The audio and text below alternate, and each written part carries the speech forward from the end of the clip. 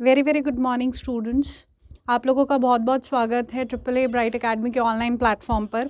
जैसा कि आप सभी को पता है कि हम लोगों की ऑनलाइन सीरीज़ चल रही है जिसमें हम प्रीवियस ईयर जितने भी क्वेश्चन पेपर्स हैं रिलेटेड टू आईसीटी उससे रिलेटेड क्वेश्चन डिस्कस कर रहे हैं। तो एक और पेपर इसमें ऐड ऑन कर लेते हैं जो बहुत रीसेंट पेपर है, दैट इज़ BFUHC बापा Farid university health and science का जो क्लर्क का पेपर है जो 23 दिसंबर 2024 को हुआ है। तो इस पेपर को हम लोग डिस्कस कर लेते हैं जिसमें आईसीटी के कुछ क्वेश्चंस आए थे। ऑलमोस्ट 8 या 10 क्वेश्चंस हैं जिन्हें हम डिस्कस कर लेते हैं। और यहाँ पर मेन जो क्वेश्चंस रहे हैं वो MS ऑफिस से रहे हैं। MS एक्सेल से अच्छे क्वेश्चंस पूछे गए हैं, लेकिन थ्योरेटिकल क्वेश्चंस थे। आसान ही था पेपर, कुछ ज़्यादा मुश्किल नहीं है आईसीटी के क्वेश्चंस। चलिए डिस्कस करते हैं। तो पहला question, which is the world's first computer network. ये क्वेश्चन आप लोगों को मिल जाएगा इंटरनेट वाली वीडियो पे, ठीक है। रिकॉर्डेड लेक्चर्स पढ़े हैं ट्रिपल ए ब्राइट एकेडमी के ऐप पर आईसीटी के, जिसमें इंटरनेट टॉपिक है, उसमें आपको ये क्वेश्चन मिल जाएगा। तो यहाँ पे पहले नेटवर्क के बारे में पूछा गया है और पहला नेटवर्क आपका था ARPANET। फर्स्ट नेटवर्क का नाम है ARPANET। और ARPANET से दूसरा क्वेश्चन बन जाता है एग्जाम्स में ARPANET का फुल फॉर्म। तो ARPANET का फुल फॉर्म भी नोट कर लेंगे, that is advanced research projects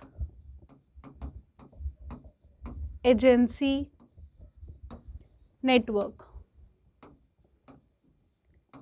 ठीक है। तो पहले नेटवर्क का नाम था ARPANET और जिसकी फुल फॉर्म है advanced research projects agency network. चलिए नेक्स्ट क्वेश्चन की तरफ बढ़ते हैं। अगला क्वेश्चन, ठीक है, this question is from MS word. आपको 3 से 4 क्वेश्चन मिलने वाले हैं MS ऑफिस से। तो ये आपका पहला क्वेश्चन है जो MS वर्ड से पूछा गया है। तो यहाँ पर पहला क्वेश्चन है, which feature in Microsoft Word allows you to create a mail merge. तो सबसे पहले हम लोग मेल मर्ज के बारे में बात कर लेते हैं, क्योंकि मेल मर्ज से क्वेश्चंस बन जाते हैं एग्जाम्स में। चंडीगढ़ ASI में भी मेल मर्ज का क्वेश्चन बना है। तो mail merge is a important topic. तो मेल मर्ज MS वर्ड के अंदर एक ऑप्शन आता है और ये आता है मेलिंग्स टैब के अंदर। मेलिंग्स नाम का जो टैब है उसके अंदर सिर्फ और सिर्फ हम लोग मेल मर्ज ही करते हैं।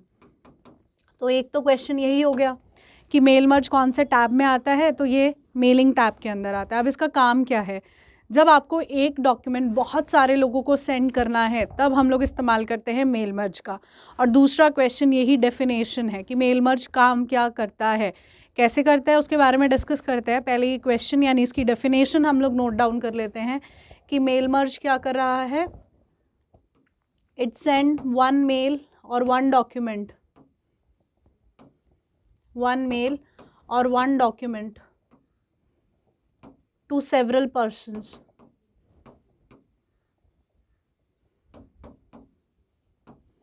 ये इसका डेफिनेशन है। ये देखिए, मेलिंग्स नाम का टैब है जिसके अंदर मेल मर्ज का ऑप्शन है। ये पूरा का पूरा जो रिबन है, ये पूरा का पूरा जो रिबन है ये मेल मर्ज ही है, ठीक है।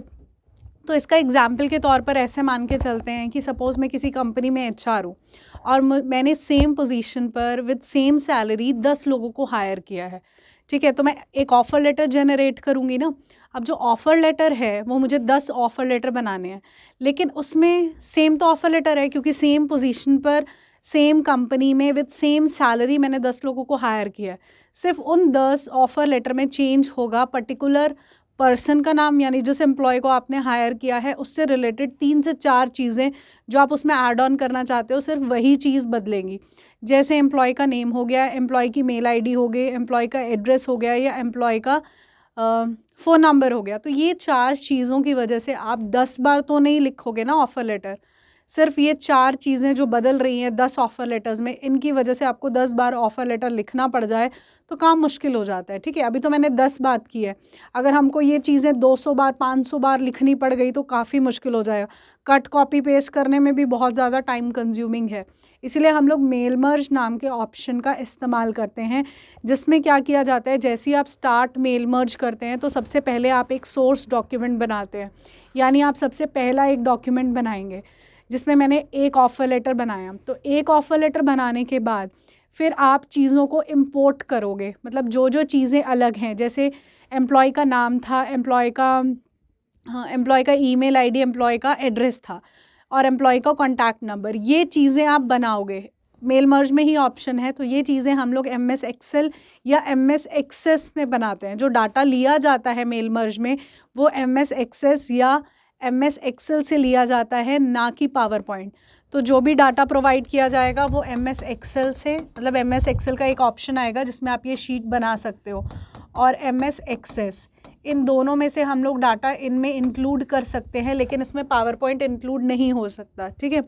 तो जैसे ही हम लोग 6 स्टेप्स होते हैं मेल मर्ज के, जैसे ही आप लास्ट स्टेप करते हो यानी एंड मेल मर्ज करते हो, तो ये ऑटोमेटिकली आपका 10 बार आ जाएगा और जहाँ जहाँ पर चेंजेस थे वो उठा लिए जाएंगे MS एक्सेल की शीट से या MS एक्सेस, जहाँ पर भी आपने ये डिटेल्स फिल आउट की हैं वहाँ से, ठीक है।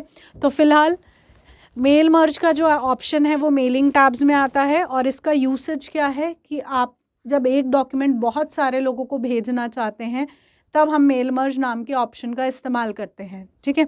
अब आते हैं क्वेश्चन की तरफ। तो क्वेश्चन में क्या दे रखा है, which feature in Microsoft Word allows you to create a mail merge. तो पहला ऑप्शन है the tool used for managing citations and bibliography, ऐसा नहीं होता है। नेक्स्ट ऑप्शन है a feature designed for linking and integrating data between documents, या a dedicated tab that facilitates merging personalized data into templates. What is template, ये भी senior assistant में question आया था, इसके बारे में भी बात करते हैं, ठीक है। सिटेशंस और बिब्लियोग्राफी, सिटेशन की अगर मैं हिंदी में बात करूं तो दैट इज़ प्रशंसा पत्र एंड बिब्लियोग्राफी इज़ ग्रंथ।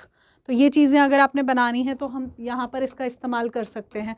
तो ऐसा कुछ मेल मर्ज के लिए नहीं है, ना सिटेशन का काम किया जाता है और ना ही बिब्लियोग्राफी का, ठीक है। सेकंड ऑप्शन में दिया है a feature design for linking and integrating data between documents, ऐसा भी हम कुछ नहीं कर रहे हैं कि हमने 2 डॉक्यूमेंट्स ले लिए हैं उसमें डाटा को मर्ज कर रहे हैं, इकट्ठा कर रहे हैं, ऐसा भी कुछ नहीं हो रहा। नेक्स्ट ऑप्शन है अ dedicated tab that facilitates merging, मतलब एक डेडिकेटेड टैब बनाया गया है जिसमें हम लोग मर्जिंग कर रहे हैं।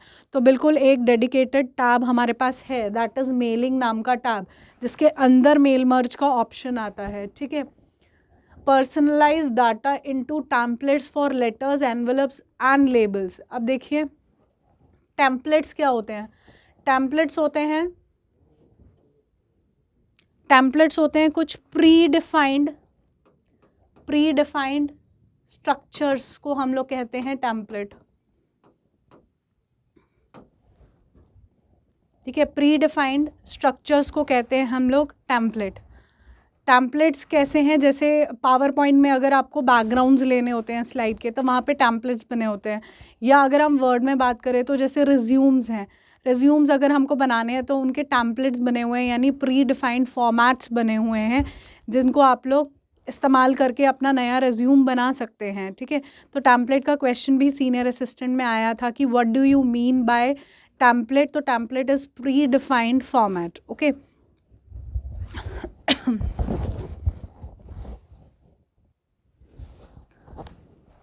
तो इस क्वेश्चन का आंसर है सी ऑप्शन, यानी a dedicated tab that facilitates merging personalized data into templates for letters, envelopes and labels, ठीक है।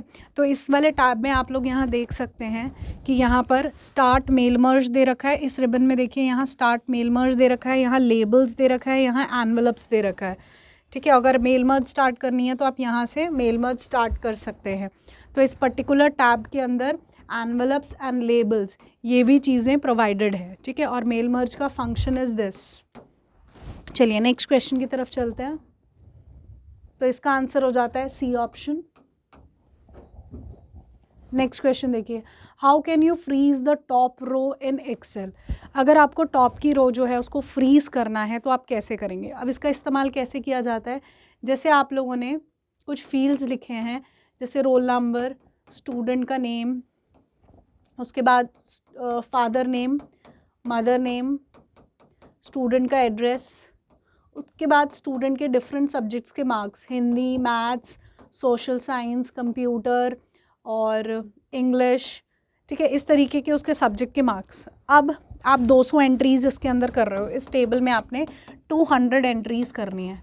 जब आप ये एंट्रीज कर रहे होगे तो ये चीज़ें ऊपर चली जाएंगी, ठीक है, यानी अब आपको दिख नहीं रही हैं, तो आप नीचे तो एंट्री करते हुए चले जा रहे हैं ना, तब आपको बार बार ऊपर नीचे करना पड़ेगा, स्क्रॉल करना पड़ेगा ये देखने के लिए कि आपको मैथ्स की एंट्री कौन से बॉक्स में लिखनी थी, ठीक है, ये कौन से वाला फील्ड है जहाँ पर फादर नेम मेंशन करना है, या कौन से वाला फील्ड है जिसमें आपको हिंदी के मार्क्स लिखने हैं। तो बार बार आपको ऊपर नीचे करना पड़ेगा, स्क्रॉल करना पड़ेगा, जिसकी वजह से बहुत ज़्यादा टाइम कंज्यूमिंग हो जा रहा है। तो आप क्या करना चाहोगे, ये जो है, जो टॉप रो है, इसको आप फ्रीज़ करना चाहोगे, बाकी चीज़ें चाहे मूव ऑन करती रहे, लेकिन ये चीज़ फ्रीज़ हो जाए ताकि आपको बार बार स्क्रॉल अप एंड डाउन ना करना पड़े चेकआउट करने के लिए कि कहाँ पर हिंदी के मार्क्स, कहाँ पे सोशल साइंस के मार्क्स और कहाँ पर मैथ्स के मार्क्स लिखने हैं, ठीक है। तो इसके लिए हमारे पास एक ऑप्शन आता है, दैट इज़ फ्रीज़ पेन्स। तो आप जैसे ही माउस से इसको सिलेक्ट करते हैं, फ्रीज़ पेन्स नाम का एक ऑप्शन है, जिसे आप क्लिक कर देते हैं तो ये पूरी की पूरी रो जो है वो फ्रीज़ हो जाती है, ठीक है। और ऐसे ही अनफ्रीज़ पेन्स नाम का ऑप्शन है, जिसे क्लिक करके इसे हम अनफ्रीज़ कर सकते हैं। तो जो फ्रीज़ नाम का ऑप्शन है वो किसके अंदर आता है, तो वो व्यू नाम के टैब में आता है, जिसमें फ्रीज़ पेन्स आता है और फ्रीज़ टॉप रो आप कर देते हैं, ठीक है ना। तो ये इंसर्ट के अंदर आता है, ये देखिए ये है व्यू नाम का टैब, जिसके अंदर ये फ्रीज़ पेन्स नाम का ऑप्शन आ रहा है, ठीक है। और इसमें और भी चीज़ें हैं, जैसे आपको अनफ्रीज़ करना है तो आप अनफ्रीज़ कर सकते हैं। अगर आपको फ्रीज़ करना है टॉप रो तो इससे किया जा सकता है, अगर आपको फ्रीज़ करना है फर्स्ट कॉलम तो इससे किया जाता है। तो ये कुछ ऑप्शंस आपको फ्रीज़ पेन्स नाम के ऑप्शन में मिलते हैं, जो व्यू टैब के अंदर आता है। चलिए नेक्स्ट बात करते हैं। Okay, next question, again question from MS Excel, और ये इफ़ फंक्शन के बारे में पूछा गया है। तो पहले हम लोग इफ़ फंक्शन को थोड़ा सा डिस्कस कर लेते हैं। और ये इफ़ फंक्शन और फ्रीज़ पेन्स और मेल मर्ज, ये तीन जो क्वेश्चन MS ऑफिस के हैं, ये भी आप लोगों को AAA ब्राइट एकेडमी की ऐप पर ICT की रिकॉर्डेड वीडियोस पड़ी हैं, उनमें आपको ये क्वेश्चंस देखने को मिल जाएंगे। चाहे इफ़ क्वेश्चन है, चाहे मेल मर्ज है, और चाहे आगे क्वेश्चन वी लुकअप का आएगा, वी लुकअप भी आपको वहीं पर प्रोवाइड हो जाएगा, मिल जाएगा, उनकी वीडियोज़ हैं। चलिए, तो आगे हम लोग बात कर रहे हैं इफ़ फंक्शन की। सबसे पहले जो इफ़ फंक्शन है वो MS एक्सेल का लॉजिकल फंक्शन के अंदर आता है। जनरल लैंग्वेज में हम फंक्शन को फॉर्मूलाज कह देते हैं, लेकिन MS एक्सेल में instead of formulas we use the word function, ठीक है। जनरल लैंग्वेज में अगर बात कर रहे हैं तो एक लॉजिकल फॉर्मूला है इफ़ फंक्शन, यानी इफ़ नाम का एक फॉर्मूला है, ठीक है। इस तरीके के हमारे पास कई बार एग्जाम्स में क्वेश्चन बनते हैं कि ऑप्शंस दे रखे हैं और पूछा गया इनमें से कौन सा लॉजिकल फंक्शन नहीं है, या इनमें से कौन सा लॉजिकल फंक्शन है। तो ये हमको चेकआउट करना पड़ेगा कौन कौन मैथ फंक्शन में आता है, कौन कौन टेक्स्ट फंक्शन में, कौन डेट एंड टाइम फंक्शन में, और कौन कौन लॉजिकल फंक्शन में आता है। तो लॉजिकल फंक्शन में one of the function is if, जिसमें हम लोग कंडीशन टेस्ट करते हैं। अगर वो कंडीशन ट्रू होती है तो रिज़ल्ट आता है, अगर वो कंडीशन फॉल्स होती है तो एक और रिज़ल्ट आता है, कुछ इस तरीके से। अगर मैं फॉर एन एग्जाम्पल बात करूँ कि इसका सिंटेक्स कैसा है, अभी मैं एक्यूरेट सिंटेक्स की बात नहीं कर रही हूँ, मैं अभी वो सिंटेक्स लिख रही हूँ जिससे आप लोगों को ईजी वे में समझ में आ जाए, फिर मैं एक्यूरेट सिंटेक्स की भी बात कर लूँगी, ओके। तो इक्वल टू इफ़ लिखने के बाद आप लिखते हैं कंडीशन। अगर ये कंडीशन ट्रू होती है तो जो यहाँ लिखा होता है वो आपका रिजल्ट बनता है, और अगर ये कंडीशन फॉल्स होती है तो जो यहाँ लिखा होता है वो रिजल्ट होता है। ये एक सिंटेक्स मान के चलिए फॉर द एक्सप्लेनेशन, लेकिन एक्यूरेट इस तरीके का नहीं होता है, उस पर भी मैं बात करूँगी। तो फिलहाल ऐसा मान के चलिए, फॉर एन एग्जाम्पल हम लोगों को किसी का रिजल्ट निकालना है कि स्टूडेंट पास है या फेल है, तो वो किस पे डिपेंड करने वाला है, डेफिनेटली उसकी परसेंटेज पर। और परसेंटेज आप हम लोग कंडीशन ऐसी ले रहे हैं कि अगर स्टूडेंट की percentage is greater than equal to 40 तो स्टूडेंट पास हो, नहीं तो फेल हो, ठीक है। तो इक्वल टू इफ़ A2 नाम का सेल है जिसके अंदर हम लोगों ने परसेंटेज निकाली हुई है। अगर वो percentage is greater than equal to 40 तो स्टूडेंट हो जाए पास, नहीं तो स्टूडेंट हो जाए फेल,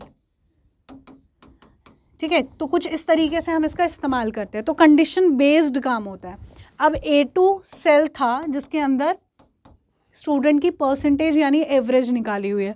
तो सपोज A2 की वैल्यू इज 70, तो जैसे ही A2 की वैल्यू 70 है तो आपने यहाँ पुट किया 70 is greater than equal to 40, मतलब मेरी कंडीशन इज़ ट्रू।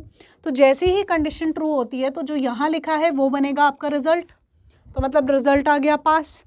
अब A2 की वैल्यू इज़ इक्वल टू 20, तो 20 is greater than equal to 40 है क्या, तो कंडीशन हो गई फॉल्स। तो कंडीशन फॉल्स होते ही जो यहाँ लिखा होता है that will be your result, तो यहाँ पर क्या आ गया, फेल। तो इसका इस्तेमाल कुछ इस तरीके से किया जाता है। एक और क्वेश्चन पर मैं बात कर रही हूँ यहाँ पे, जो सीनियर असिस्टेंट पिछली बार पूछा गया था उस पर भी बात कर लेती हूँ। तो इसमें इसका एक्यूरेट सिंटैक्स पूछा गया था, तो इसका एक्यूरेट सिंटैक्स होता है इक्वल टू इफ़, यहाँ पर लॉजिकल टेस्ट यानी कंडीशन टेस्ट की जाती है, उसके बाद स्क्वायर ब्रैकेट के अंदर आता है वैल्यू इफ़ ट्रू, मतलब वो वैल्यू लिखी जाती है जो ट्रू होने पर आएगी, फिर कॉमा, फिर square bracket value if false, ठीक है। और इस तरीके से ये बंद हो जाता है। इफ़ इस ब्रैकेट से खुलता है, ठीक है, और स्क्वायर ब्रैकेट में ट्रू और फॉल्स वाली वैल्यूज़ होती हैं। इसमें करली ब्रैकेट्स का इस्तेमाल नहीं होता और सेपरेशन के लिए कॉमास का इस्तेमाल किया जाता है। तो ये वाला क्वेश्चन सीनियर असिस्टेंट पिछली बार जो पेपर हुआ है सीनियर असिस्टेंट का उसमें भी पूछा गया था। तो इफ़ फंक्शन इम्पॉर्टेंट रहने वाला है। ओके, चलिए अब हम अपने क्वेश्चन की तरफ चलते हैं ज़रा। क्वेश्चन क्या है, in Excel what does the if function do, if function क्या करता है। पहला ऑप्शन है sorts data by evaluating a condition and applying a specific order, ठीक है। नेक्स्ट देखिए, compares a logical expression and provides customized output based on whether the condition is met or not, correct। हम लोग एक logical expression दे रहे हैं, अगर वो एक्सप्रेशन ट्रू है तो रिजल्ट आएगा, अगर वो एक्सप्रेशन फॉल्स है तो रिजल्ट आएगा, ठीक है। यानी कोई कंडीशन टेस्ट की जाती है, अगर वो कंडीशन मीट हो रही है या नहीं हो रही उस पर बेस हमारे आउटपुट्स होते हैं, तो इसीलिए आंसर इज बी। चलिए नेक्स्ट क्वेश्चन की तरफ चलते हैं। अगला question, what is an operating system, operating system क्या होता है। तो ऑपरेटिंग सिस्टम के एग्जाम्पल्स होते हैं आपकी विंडोज़, जैसे MS DOS है या MS विंडोज़ हैं 7, 8, 10, 11 या window XP, window 95, 98, 2000, Linux, Unix, Android, iOS, all are example of operating system. और अगर मैं ऑपरेटिंग सिस्टम की डेफिनेशन की बात करूँ तो मान के चलिए आपके पास सारा हार्डवेयर प्रोवाइडेड है, ठीक है, मॉनिटर की स्क्रीन भी है, कीबोर्ड भी है, माउस भी है, CPU भी है, सब कुछ आपके पास प्रोवाइडेड है, लेकिन आपके PC में विंडो नहीं है। विंडो इज़ ऑपरेटिंग सिस्टम का एग्जाम्पल, तो क्या आप उस पर काम कर सकते हैं, तो इसका जवाब है नहीं, बिल्कुल नहीं, हम उस पर काम कर सकते हैं। तो यानी हार्डवेयर को ऑपरेट करने के लिए हमें ऑपरेटिंग सिस्टम चाहिए ही चाहिए, ठीक है। तो ऑपरेटिंग सिस्टम की डेफिनेशन भी लिख ही लेते हैं यहाँ पर। It act as a interface between hardware and user, hardware और यूज़र के बीच में एक इंटरफेस का काम करता है। विंडोज़ ही तो इंटरफेस है ना, अगर PC में आपके PC में अगर विंडोज़ नहीं है तो वो हार्डवेयर एक डब्बे के बराबर ही है, हम उसमें किसी भी तरीके से कोई काम नहीं कर सकते हैं। चलिए ऑप्शन देख लेते हैं फिर इस क्वेश्चन के लिए कि ऑपरेटिंग सिस्टम है क्या। तो पहला है a program that allows user to write and execute code in high level language, तो नहीं। उसके बाद a system component that physically connects hardware devices and seamless communication, पहली बार तो ऑपरेटिंग सिस्टम कोई हार्डवेयर नहीं है, ठीक है, कोई फिजिकल ऑब्जेक्ट नहीं है। उसके बाद a background application design to monitor and protect the system from external threat, तो नहीं, कोई एंटीवायरस नहीं है operating system, operating system is window. Next a core system software, correct है, जो ऑपरेटिंग सिस्टम है वो सिस्टम सॉफ्टवेयर है।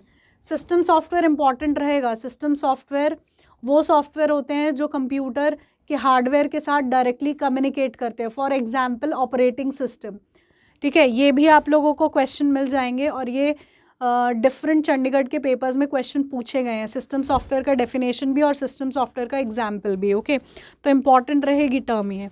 अ core system software responsible for managing hardware resources, तो बिल्कुल ऑपरेटिंग सिस्टम यानी जो आपकी विंडो है उसके ज़रिए ही आप कंप्यूटर के हार्डवेयर को मैनेज करते हो। विंडोज़ अगर PC में डली है तो विंडो इंस्टॉल होगी, उसके बाद ही आप हार्डवेयर से काम कर पाओगे ना। अगर आपके पीसी में कोई विंडो ही नहीं है तो हार्डवेयर में कुछ भी नहीं चलने वाला है, कोई काम नहीं होने वाला है ना। ठीक है, तो पहली बात, ऑपरेटिंग सिस्टम एक सिस्टम सॉफ्टवेयर है और हार्डवेयर रिसोर्स को मैनेज करने के लिए हम इसका इस्तेमाल करते हैं, तो इसीलिए इसका आंसर हो जाएगा डी ऑप्शन।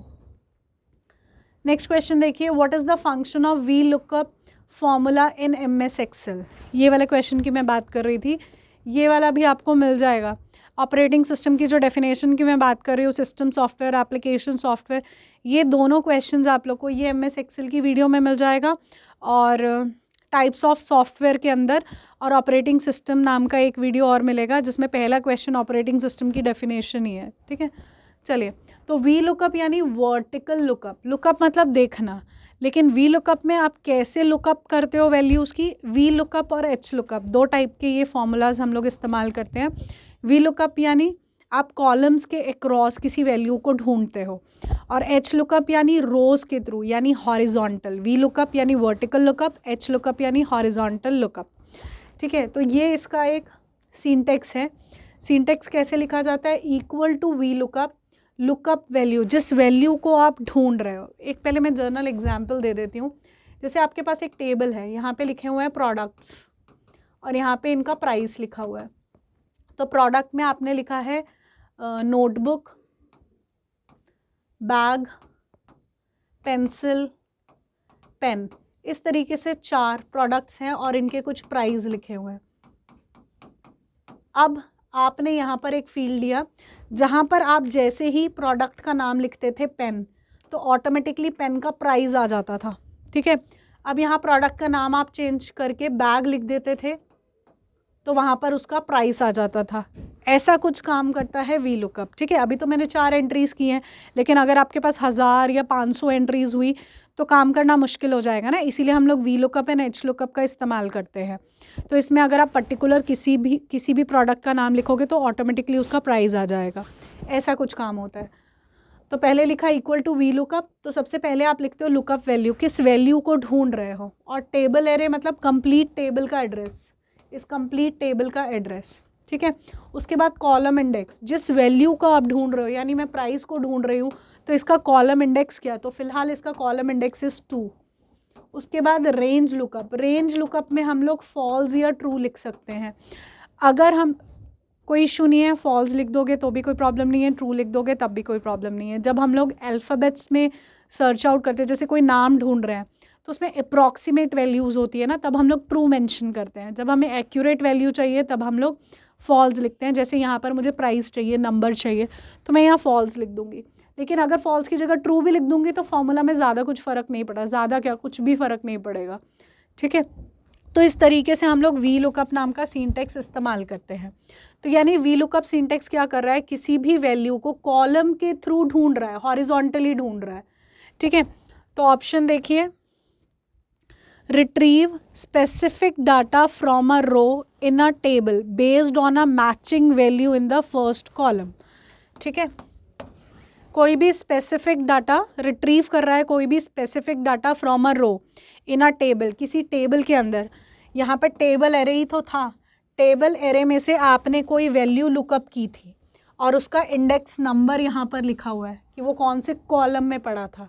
ठीक है, तो यही तो हमने कुछ काम किया है, retrieve specific data from a row in a table based on a matching value in the first column. ठीक है,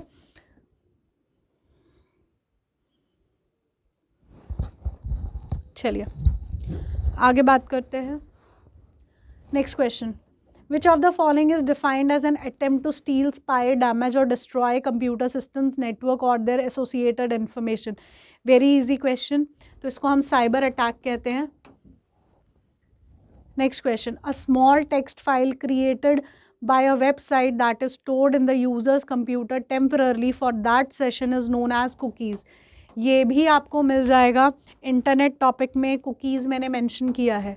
ठीक है, बग मतलब एरर होता है, बग का मतलब एरर होता है, मालवेयर मतलब मेलिशियस सॉफ्टवेयर होते हैं, और उसके बाद कैशे एक मेमोरी का नाम है। ठीक है, तो इस डेफिनेशन के अकॉर्डिंग सिर्फ एक कुकीज़ बचता है। कुकीज़ एक्चुअल में क्या होता है, हिस्ट्रीज़ होती है। तो ये एक तरीके की स्मॉल फाइल्स हैं जो यूज़र की एक्टिविटीज़ को ट्रैक करती हैं, यूज़र के प्रेफरेंसेस को ट्रैक करती हैं। जैसे अगर हमने अपने पीसी में कोई भी काम किया है तो वो हिस्ट्री में चला जाता है और हिस्ट्री से ट्रैक कर सकते हैं कि हम लोग किस तरीके का काम कर रहे हैं। नेक्स्ट देखिए KYC। KYC is know your customer. Next what is e governance. E governance क्या होता है, इलेक्ट्रॉनिक गवर्नेंस है, तो मतलब इसमें कोई इलेक्ट्रिकल टर्म ज़रूर इस्तेमाल होने वाली है। तो ये एक फ्रेमवर्क है for electronically delivering government services, improving transparency and efficiency. ठीक है, this option is correct. E governance का मतलब होता है ये एक फ्रेमवर्क है जो इलेक्ट्रॉनिकली डिलीवर करता है गवर्नमेंट सर्विसेज, कोई भी गवर्नमेंट सर्विसेज हो सकती हैं, या एफिशिएंसी को बढ़ाता है, तो इसे हम ई गवर्नेंस कहते हैं। ओके, तो ये था आपका पेपर जो हम लोगों ने डिस्कस किया है। काफ़ी आसान, मतलब काफ़ी आसान पेपर था। अगर हम लोगों ने ICTs की वीडियो चेक की हुई हैं, पढ़ा हुआ है, तो हम इजीली इन क्वेश्चंस के आंसर दे सकते हैं। ठीक है, और ये जो कुछ क्वेश्चंस हैं इनके साथ मैंने कुछ और क्वेश्चंस भी डिस्कस किए हैं आपके साथ, तो ये कुछ डिफरेंट पेपर्स में क्वेश्चंस बने हुए हैं। ठीक है, इनसे रिलेटेड और क्वेश्चंस भी बन सकते हैं जो मैंने साथ के साथ आपको डिस्कस किए हैं। तो बहुत बहुत धन्यवाद।